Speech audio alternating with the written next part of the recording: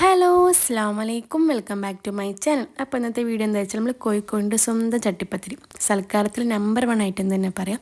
ചട്ടിപ്പത്തിരി ഇല്ലാത്തൊരു പരിപാടി തന്നെ ഉണ്ടാവില്ല. 2 തരം ചട്ടിപ്പത്തിരി ഉണ്ട്. ഒന്ന് മധുരമുള്ളതുകൊണ്ട് ഇരുള്ളതുകൊണ്ട്. നമ്മളിവിടെ കാണിക്കാൻ പോണത് മധുരമുള്ള ചട്ടിപ്പത്തിരിയാണ്. അതിൻ്റെ മുന്നേ എനിക്ക് എൻ്റെ വീഡിയോ ഇഷ്ടമാണെങ്കിൽ ലൈക്ക് ചെയ്യാനും ഷെയർ ചെയ്യാനും സബ്സ്ക്രൈബ് ചെയ്യാനും കമൻറ്റ് ചെയ്യാനും മറക്കരുത് കേട്ടോ. അപ്പോൾ എങ്ങനെയാണെന്ന് നോക്കിയാലോ. ഫസ്റ്റ് നമ്മൾ മുട്ടപ്പണ്ണ ഉണ്ടാക്കാൻ വേണ്ടി പോകണം. അതിന് 10 മുട്ട പൊട്ടിച്ച് വയ്ക്കേണ്ടത്. ആവശ്യത്തിന് പഞ്ചസാരയും 5-6 ഏലക്കായിട്ട് നല്ലോണം മിക്സ് ആക്കാം. 20 മുട്ടകൾ ചട്ടിപ്പത്തിരിയാണ് ഞാൻ ഇവിടെ ഉണ്ടാക്കുന്നത്.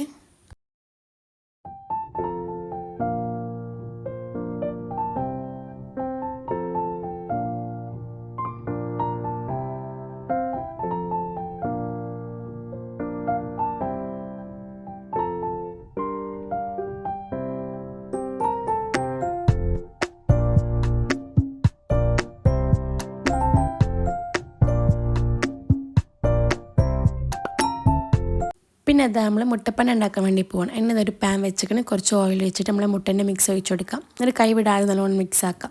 നല്ലോണം മിക്സ് ആക്കി കൊടുക്കണം. ഓവർ പഞ്ചസാര ആയിട്ടുണ്ടെങ്കിൽ ആ മിക്സിങ് റെഡി ആവില്ല. അങ്ങനെ അത് ഓൾമോസ്റ്റ് നമ്മൾ പണ്ടം സെറ്റ് ആയിക്കണേ.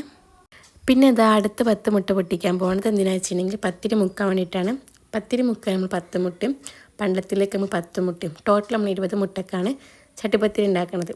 ഇതിലേക്ക് ആവശ്യത്തിന് പഞ്ചസാര ഞാൻ ഈ ടേപ്പ് സ്പൂണിൽ 3 സ്പൂണാണ് പഞ്ചസാര എടുത്തത്. പിന്നെ ഒരു 4-5 ഏലക്കായ ഇട്ടിട്ട് നല്ലോണം മിക്സ് ആക്കാം.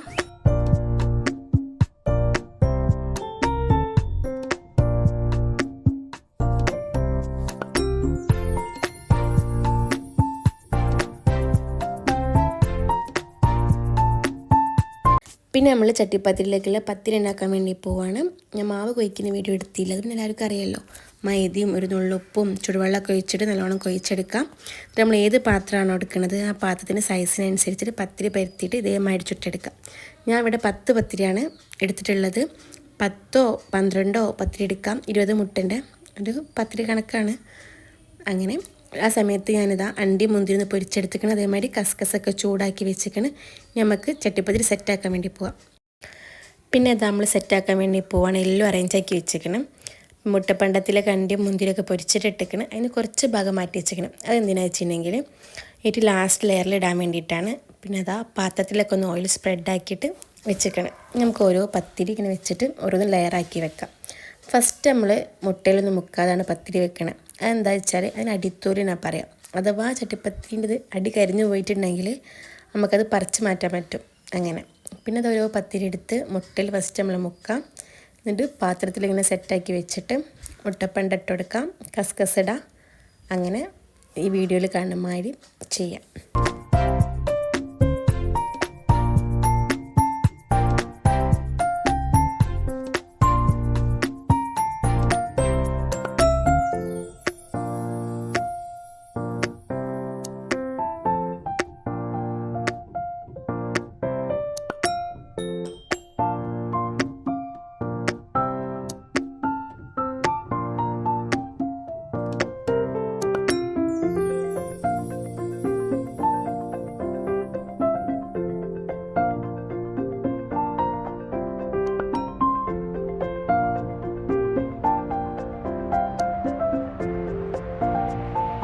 പിന്നെ എന്താ 3 ലെയറായി കഴിഞ്ഞിട്ടുണ്ടെങ്കിൽ കുറച്ച് ഓയിൽ ഒഴിച്ചെടുക്കണം. ടോട്ടൽ 10 ലെയറാണല്ലോ ഉള്ളത്.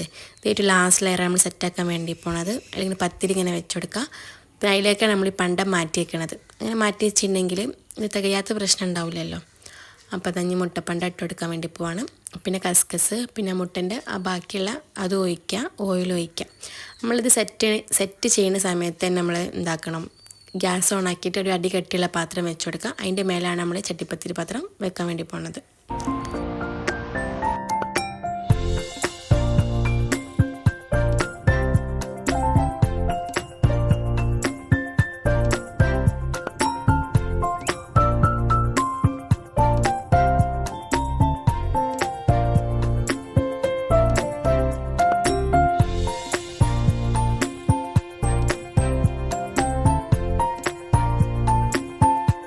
അപ്പോൾ ഇതാ മുട്ടയൊക്കെ ഒഴിച്ചിട്ട് സെറ്റായിക്കണം. നമ്മളത് ഗ്യാസ് കയറ്റാൻ വേണ്ടി പോവാണ്. ഒരു അടി കട്ടിയുള്ള പാത്രം വെച്ചിട്ട് അതിൻ്റെ മേലാണ് ഈ പാത്രം വെക്കാം. എന്നിട്ടൊരു 1 മണിക്കൂർ അല്ലെങ്കിൽ 3/4 മണിക്കൂറോളം സമയം വരും. ഇതായി മനസ്സിലാവാൻ നല്ലോണം ചട്ടിപ്പത്തിങ്ങനെ പൊന്തി വരും. അപ്പോൾ സംഭവം സെറ്റായിക്കണം. ഞാൻ ഇൻഷാല്ല അടുത്ത വീഡിയോ ആയിട്ട് വരാം. നിങ്ങൾക്ക് ഇഷ്ടമായിട്ടുണ്ടെങ്കിൽ ലൈക്ക് ചെയ്യാനും ഷെയർ ചെയ്യാനും സബ്സ്ക്രൈബ് ചെയ്യാനും മറക്കരുത് കേട്ടോ. ഇപ്പോൾ കട്ട് ചെയ്യാത്ത എന്താ വെച്ചാൽ നമുക്ക് കൊടുക്കാനുള്ളതായതുകൊണ്ടാണ് കട്ട് ചെയ്യാത്തത്. അല്ലെങ്കിൽ ഞാൻ കട്ട് ചെയ്ത് കാണിച്ചു തരുന്നു. ഇൻഷാല്ല അടുത്ത വീഡിയോ കാണാം. അപ്പോൾ ഓക്കെ, ബായ്.